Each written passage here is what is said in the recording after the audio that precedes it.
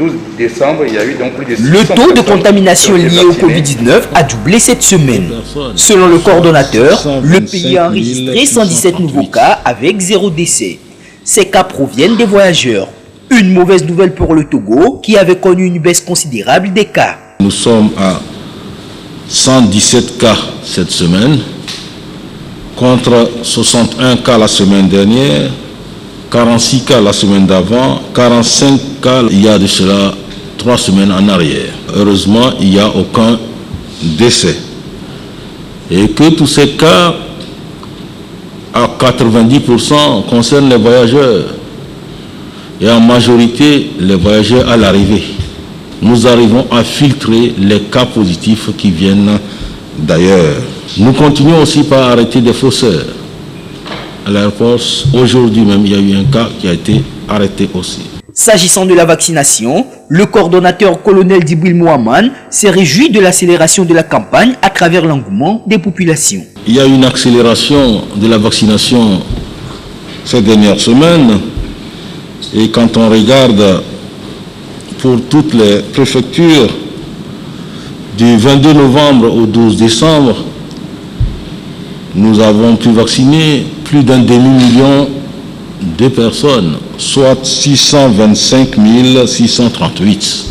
Et s'il faut donner par région, on voit que dans la région de Savane, il y a eu beaucoup de vaccinés, de même dans la région de la Kara, la région centrale, là où il y a une augmentation, mais elle n'est pas beaucoup plus forte que la région de Savane, Kara et Savane, et Kara et centrale. Il y a la région des plateaux et la région maritime où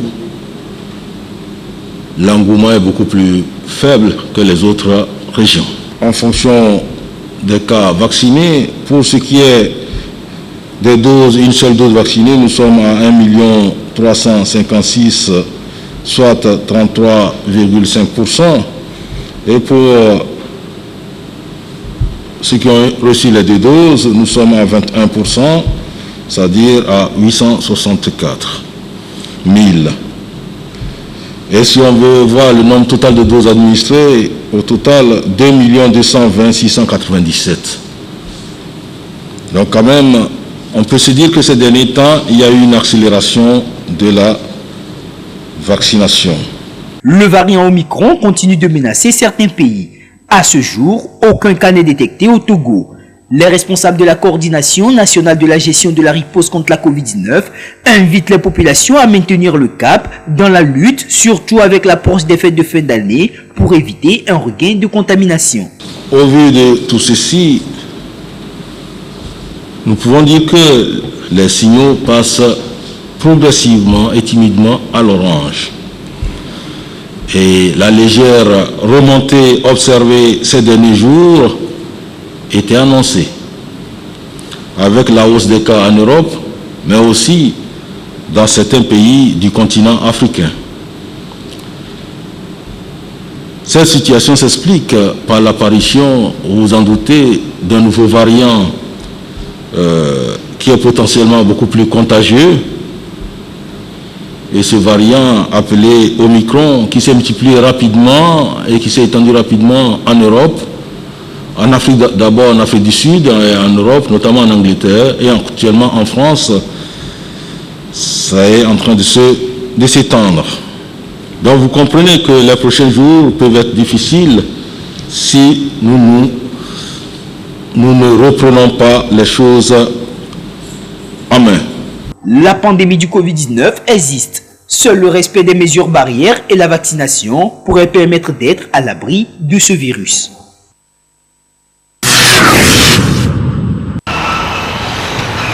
Les fêtes de fin d'année vont se célébrer cette année encore sous la menace du Covid.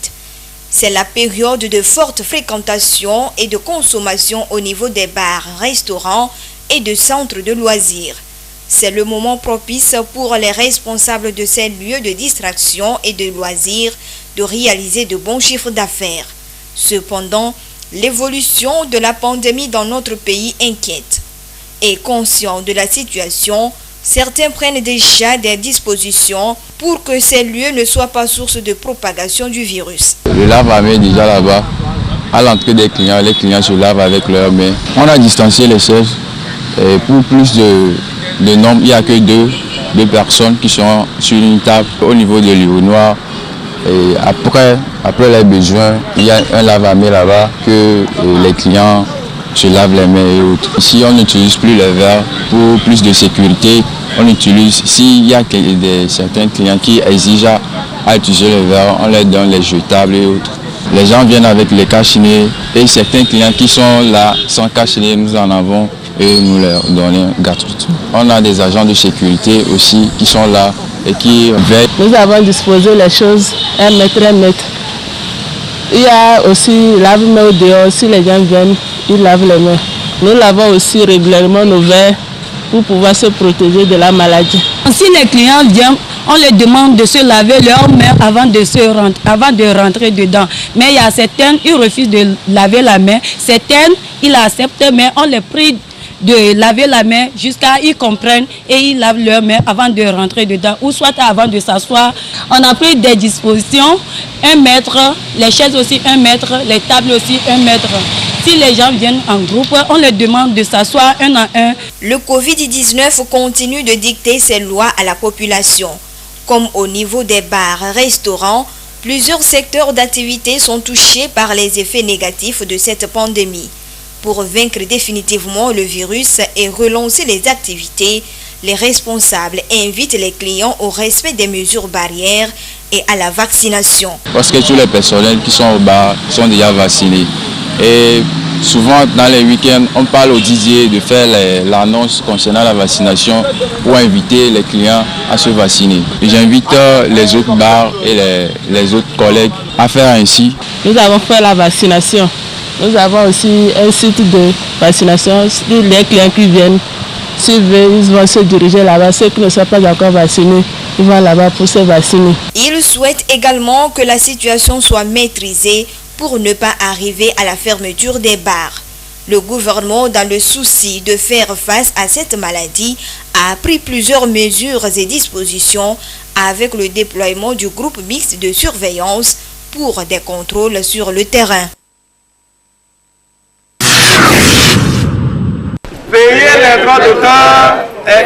Ainsi est lancée cette campagne de sensibilisation dénommée Butodra Easy Collect.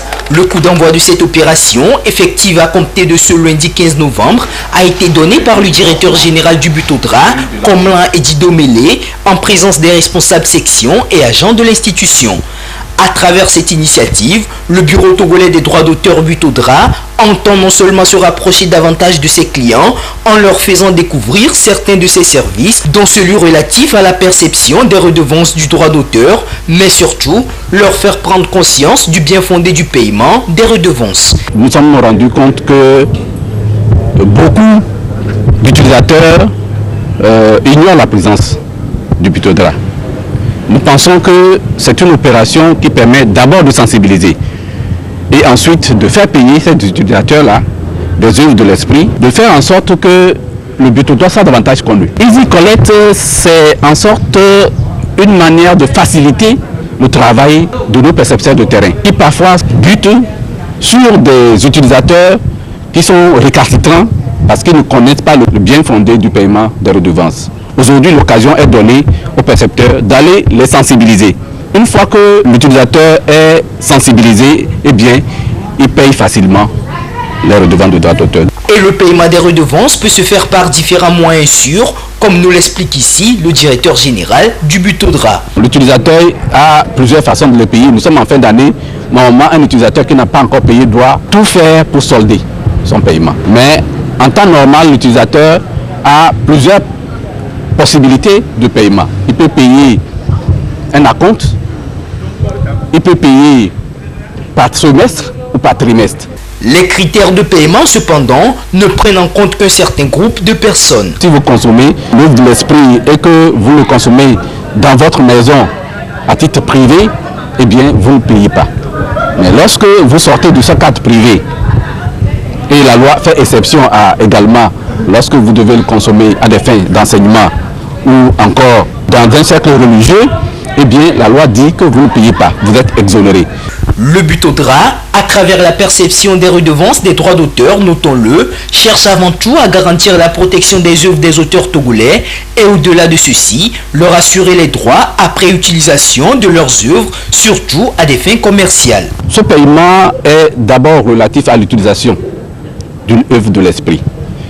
En général, lorsque on utilise une œuvre de l'esprit dans son commerce, au niveau du bureau togolais de droit d'auteur, nous pensons, et la loi l'oblige même à payer ces redevances-là. Donc nous faisons en sorte que l'utilisateur sache qu'à chaque fois que vous achetez votre œuvre, vous l'achetez pour un usage privé. Mais lorsque vous l'utilisez à des fins de commerce, eh bien vous devez payer des redevances de droit d'auteur. À l'endroit d'abord des utilisateurs, nous souhaitons que ces utilisateurs-là réservent un bon accueil à nos percepteurs qui viennent juste faire le travail, et nous demandons également à nos percepteurs de bien se comporter sur le terrain. Et cette opération va s'étendre sur l'ensemble du territoire national. Cette campagne de sensibilisation, dont l'objectif est d'éclairer les populations sur l'importance civique du paiement des redevances de droits d'auteur, vient à point nommé apporter un plus dans la stratégie du Buto-Dra. Démarrée ce lundi 15 novembre, cette opération prendra fin le 3 décembre pour le compte des agences urbaines et du 22 novembre au 10 décembre dans les agences régionales. À notre niveau, nous acquittons de ce paiement des redevances. Nous payons régulièrement. J'avais déjà plus de 2 ans que nous sommes en règle avec le paiement de ces redevances. C'est une très bonne chose parce que ces personnes aussi, ces artistes aussi vont vivre de leur art.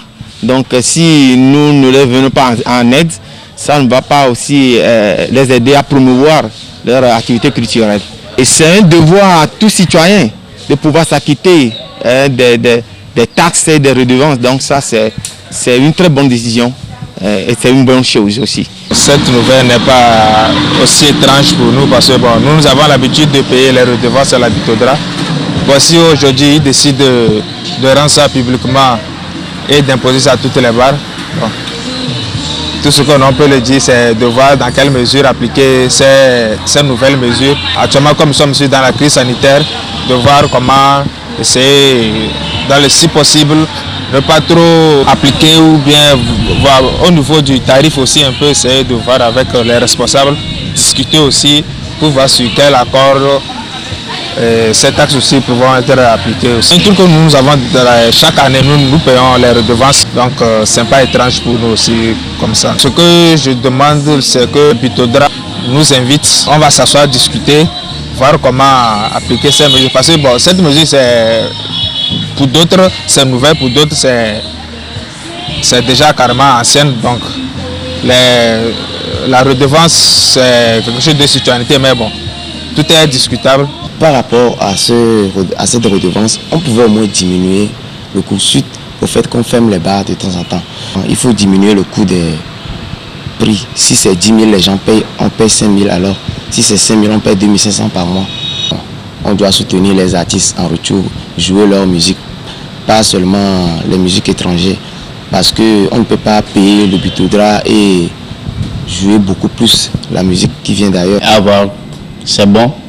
Et s'ils font ça aussi, ça arrange. Moi, ça arrange les artistes qui sortent dès maintenant parce que vu les téléchargements et autres, ils n'arrivent pas à bien vendre leur œuvre. Avec ça, ils peuvent survenir à leurs besoins un peu aussi. Notre doléance serait si, eu égard à la crise sanitaire, si nous pouvons être exonérés de ces redevances, ce serait bon. Mais au pire des cas, il faut soit une réduction des frais. Cela arrangerait beaucoup, disons, nos établissements pour pouvoir un peu nous soulager.